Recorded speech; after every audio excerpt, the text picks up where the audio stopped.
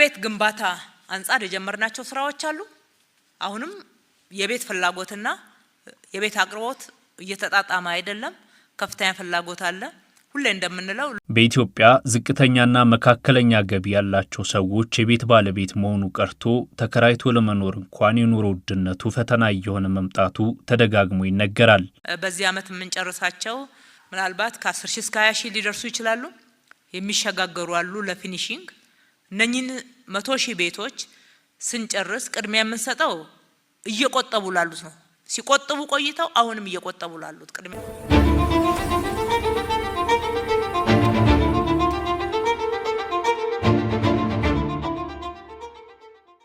በኢትዮጵያ ዝቅተኛና መካከለኛ ገቢ ያላቸው ሰዎች የቤት ባለቤት መሆኑ ቀርቶ ተከራይቶ ለመኖር እንኳን የኑሮ ውድነቱ ፈተና እየሆነ መምጣቱ ተደጋግሞ ይነገራል። መንግስትም ይህንኑ ችግር አንጻር የጀመርናቸው ስራዎች አሉ። አሁንም የቤት ፍላጎትና የቤት አቅርቦት እየተጣጣመ አይደለም።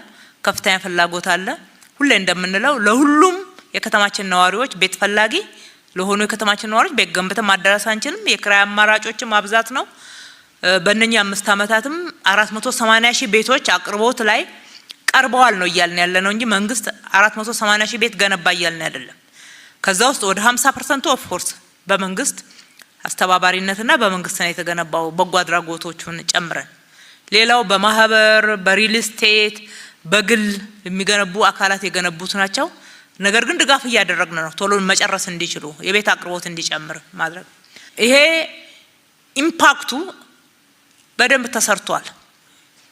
አንደኛ የቤት ሽያጭ ገበያው ተረጋግቷል። ያው የቤት የሚሸጡ ሰዎች ረከሰ ቢሉትም እኛ የገበያ ማረጋጋት ነው የሚለው። ገበያው ተረጋግቷል። ሁለተኛ ክራይም ላይ አማራጮች እንዲኖሩ ማድረግ ላይ የተወሰነ ለውጦችን አይተናል። ለውጦች አሉ። አሁንም ብዙ መጨመር አለብን ነው እያልን ያለነው። 100 ሺህ ቤቶች አሁን በእጃችን ነው ያሉት። በዚህ አመት የምንጨርሳቸው ምናልባት ከ10 ሺህ እስከ 20 ሺህ ሊደርሱ ይችላሉ። የሚሸጋገሩ አሉ ለፊኒሺንግ። እነኚህን 100 ሺህ ቤቶች ስንጨርስ ቅድሚያ የምንሰጠው እየቆጠቡ ላሉት ነው። ሲቆጥቡ ቆይተው አሁንም እየቆጠቡ ላሉት ቅድሚያ እንሰጣለን። በግልና መንግስት አጋርነት ውስጥ የኛን ድርሻ ጭምር ቤቱ ዋጋ ለማረጋጋት ለቀናል።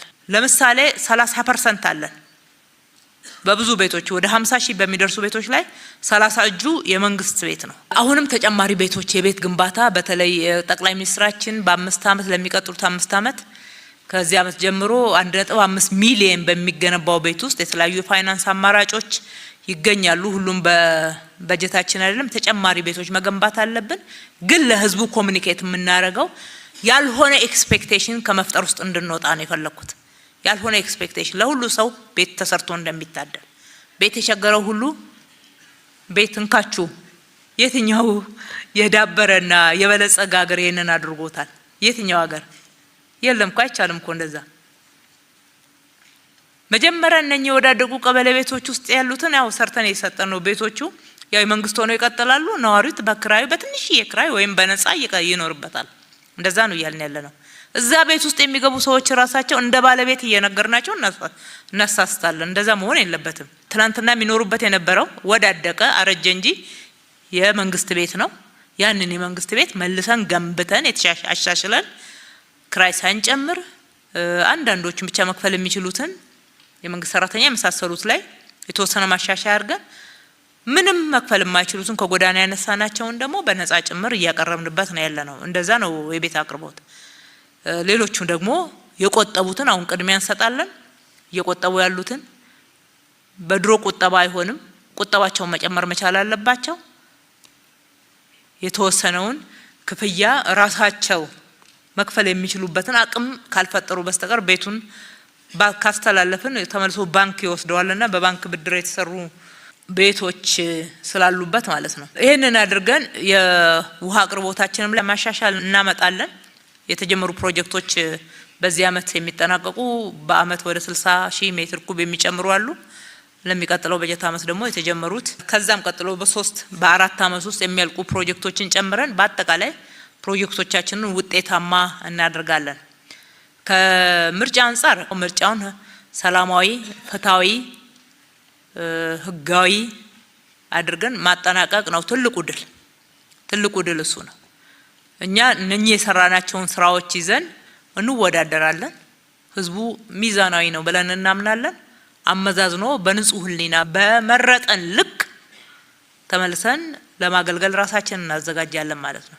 መንግስትም ይህንኑ ችግር ለመፍታት ከ20 ዓመታት በፊት አንስቶ የጋራ መኖሪያ ቤቶች ግንባታ ቢጀምርም በሚፈለገው ልክ ውጤታማ ለመሆኑን ባለሙያዎች ያነሳሉ። ለመሆኑ ዝቅተኛና መካከለኛ ገቢ ያላቸው ሰዎች ወደፊት የመኖሪያ ቤት ጉዳይ ጣፈንታ ምን ይሆን? መንግስትስ ምን አይነት አሰራሮችን ቢከተል ይመከራል? ኢንጂነር ደሳለኝ ከበደ ስለ ኢትዮጵያ የቤት አቅርቦት ጉዳይ መጽሐፍ ጽፈዋል። ኢንጂነር ደሳለኝ ዝቅተኛና መካከለኛ ገቢ ያላቸው ሰዎች የቤት ችግርን ለመፍታት መንግስት በቤት ግዢ አሰራርና መሰል ነገሮች ላይ የጣለውን ቀረጥ ማንሳት አለበት፣ ይህም የ21 በመቶ የቤት ወጪ ዋጋን ይቀንሳል የሚል ሀሳብ አላቸው። ሌሎች ሀገሮች የመጀመሪያ ቤታቸው ለሚገዙ ዜጎች ከታክስ ነጻ ስም ዝውውር ያደርጋል። ፈርስት ታይም ሆም ባየር ለሚባሉት እኛ ሀገር አሁን በምታይበት ጊዜ 6% አካባቢ ያወጣል። ያንን ሊተውለት ይችላል። ምን ታክስ ይከፈላል። አሁን ቤት ግብይት ላይ ዋታ አለ። ይሄንን መንግስት መተው ይችላል።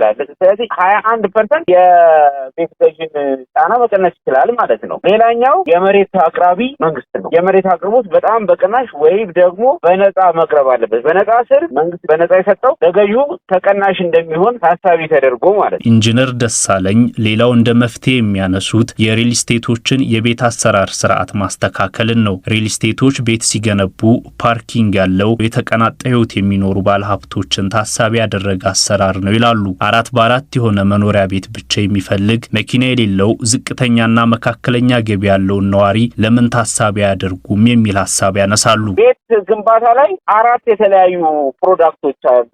ለምሳሌ አንዱ መሰረታዊ ወድቆ ለመነሳት 4x4 የሆነ 16 ካሬ ሜትር ቦታ ሰውን ያኖራል። በእርግጠኝነት በተረጋገጠ ዲዛይን ማለት ነው። የዚህ አይነት ቤት የሚገነቡ ሪል ስቴት ካምፓኒዎች ግንባታዎች ውድ እንዲሆኑ የሚያደርገው ቤት ለመገንባት ለፓርኪንግ ቦታ ይፈለጋል። ነገር ግን ሰውየው እኮ በሳይክል ሊመጣ ይችላል። ስለዚህ ይሄ ፓርኪንግ ሪኳየርመንት የማይሆንበት ቢሆን ወጪም ይቀንሳል ለግንባታ። ስለዚህ እነዚህን ታሳቢ ቢደረግ ጥሩ ነው፣ ገዢን ታሳቢ ተደርጎ ማለት ነው። ኢንጂነር ደሳለኝ ለግል ቤት አልሚዎች ብቻ ታስቦ የሚደረግ የፋይናንስ ድጋፍ እንደሌለም ያነሳሉ።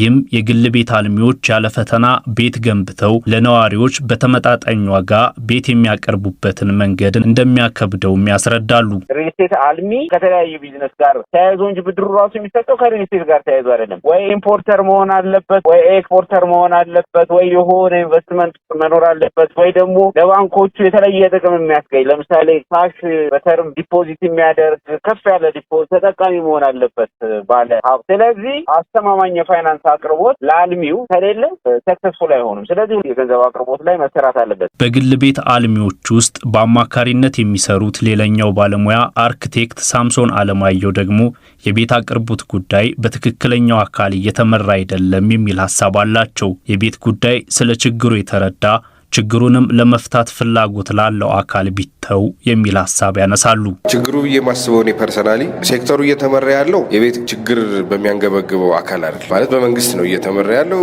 መንግስት አካላት የመንግስት ቤት ውስጥ ነው የሚኖረው። ጉዳይ ብሎ የሚይዘው ሰው ባለ ጉዳዩ ቢሆን የተሻለ ኢፌክት ሊያመጣ ይችላል ብዬ አስባለሁ። ስለዚህ ሁሉንም ነገር ከመንግስት አካላት ከመጠበቅ ይልቅ ይህን ሴክተር መንግስት ሰፖርት የሚያደርገው ግን በግሉ ማህበረሰብ የሚመራ ቢደረግ ኢፌክቲቭ ይሆናል ብዬ አስባለሁ። ከመንግስት ምን ሰፖርት ይደረጋል ብትለኝ መሬት ለግለሰቡ ሰጥተህ እዛ ጋር ይሄን ያህል አባወራ አከፋፍለ ምን ያህል ወጪ ከባንክ ጋር በማስተሳሰር ምናምን የሚለው ፋሲሊቴት ማድረግ ይቻላል። ግን ባለጉዳዩ ቢይዘው ኢፌክቲቭ ይሆናል ብዬ አስባለሁ።